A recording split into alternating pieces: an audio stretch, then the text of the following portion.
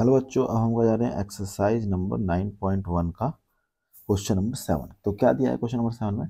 From a point in the ground the angle of elevation is the bottom and the top of the transmission tower fix at the top of the 20 metre height building are 45 and 35 respectively.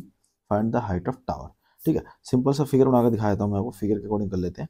तो एक हमारा figure हो गया। सबसे पहले तो building बना देता हूँ। ये हमारी बिल्डिंग हो गई। बिल्डिंग को कह दिया हमने, क्या नाम दे दिया? बिल्डिंग को हमने दे दिया बी नाम दे दिया और यहाँ पे डी नाम दे दिया। ठीक है, इसके ऊपर एक क्या बना है? टावर बना है। ठीक है, ये टावर हो गया, ए बी टावर हो गया। ठीक है जी। इसके बाद ये बेस है, जमीन पे तो बना होगा। ठीक है, तो इसी से बोला गया है कि जो angle of elevation bottom at the top of the transmitter tower fix at 20 metre height of the building. Building की हाइट क्या देखिए, 20 मीटर दे रखी है। मीटर बिल्डिंग तो 45 हो रहा है और 60 डिग्री हो रहा है। तो 45 हो रहा है हमारा पहले के लिए। बिल्डिंग के टॉप को देख रहे हैं तो हमारा कितना एंगल बन रहा है? 45 डिग्री। और इसी के साथ जो हम टावर के टॉप को देख रहे हैं तो जो एंगल बन रहा है वो कितना बन रहा है? 60 डिग्री। ठीक है, इसे दे दिया हमने ए बी सी नाम दे दिया। ठीक है, आई होप आपको समझ आ रहा होगा। कोई भी समस्या हो कमेंट कर सकते हैं। ठीक है, तो हमें सबसे पहले तो निकालना पड़ेगा कि निकालना है। अब हमें चाहिए किसकी किसकी हाइट चाहिए? Find the height of A tower. Solution चलते हैं। आपको फिगर समझ आ गया होगा क्या है। दोबारा से बता दीजिए, एक बिल्डिंग है, बिल्डिंग के ऊपर एक टावर बना हुआ है।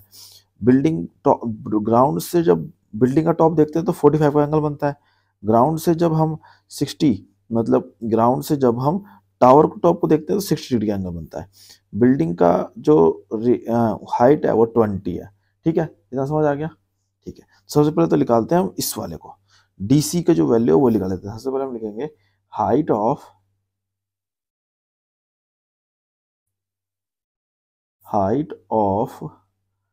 टावर। हाइट ऑफ टावर कैसे निकलेगा?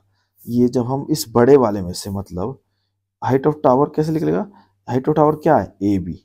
ए बी कैसे फाइंड होगा? A B is equal to क्या करेंगे, जब A D minus B D होगा तो हमारा क्या निकल जाएगा? ए बी निकल जाएगा। ठीक है, समझ आ रहा है इतना?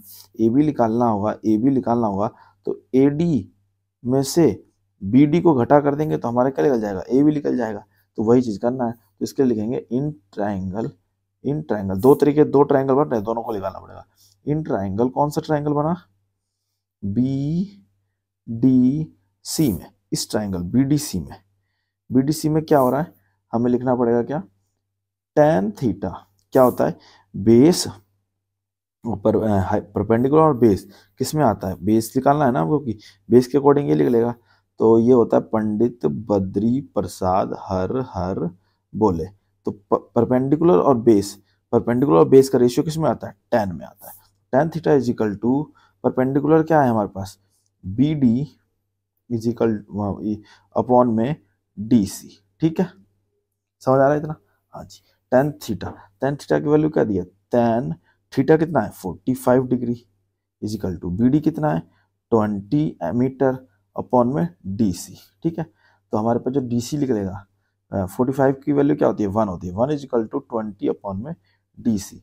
तो D C is equal to 20 metre. ठीक है, ये जो हमारा आ गया डी सी यहां से लेकर यहां तक, ये कितना आया? 20 मीटर आ गया। ठीक है, आगे देखते हैं।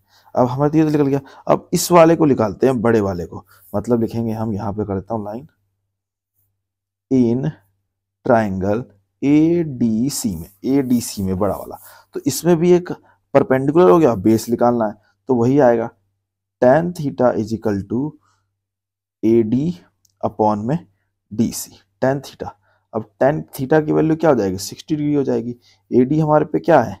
20 है और डी सी हमें नहीं पता। डी सी हमें नहीं पता, डी सी गलत लिख रहा हूँ। A D A D A D A D upon में डी सी। ए डी हमें नहीं पता।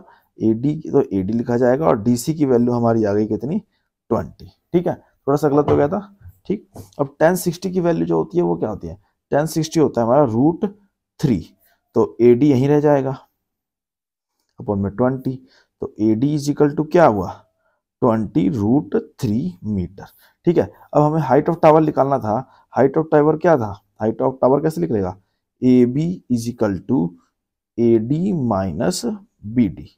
तो ए डी कितना आया हमारे पास, ए डी कितना आया 20√3 माइनस बी डी कितना है 20 है। अभी देखिए 20 दोनों में कॉमन है, तो क्या बाहर कर देंगे, 20 को बाहर कर देंगे, अंदर क्या बचेगा, अंदर में बचेगा √3 माइनस, यहाँ से 20 चला गया तो 1 बचा, इतना हमारा मीटर आ जाएगा। ये क्या आ गया, ए बी हमारा आ गया। यही हमारा जो है आंसर है। ठीक है, ये हमारा आंसर है। आई होप आपको समझ आ गया होगा। कोई भी समस्या हो तो आप लोग कमेंट कर सकते हैं। चैनल पर नए हो तो सब्सक्राइब करना और वीडियो को लाइक जरूर करना।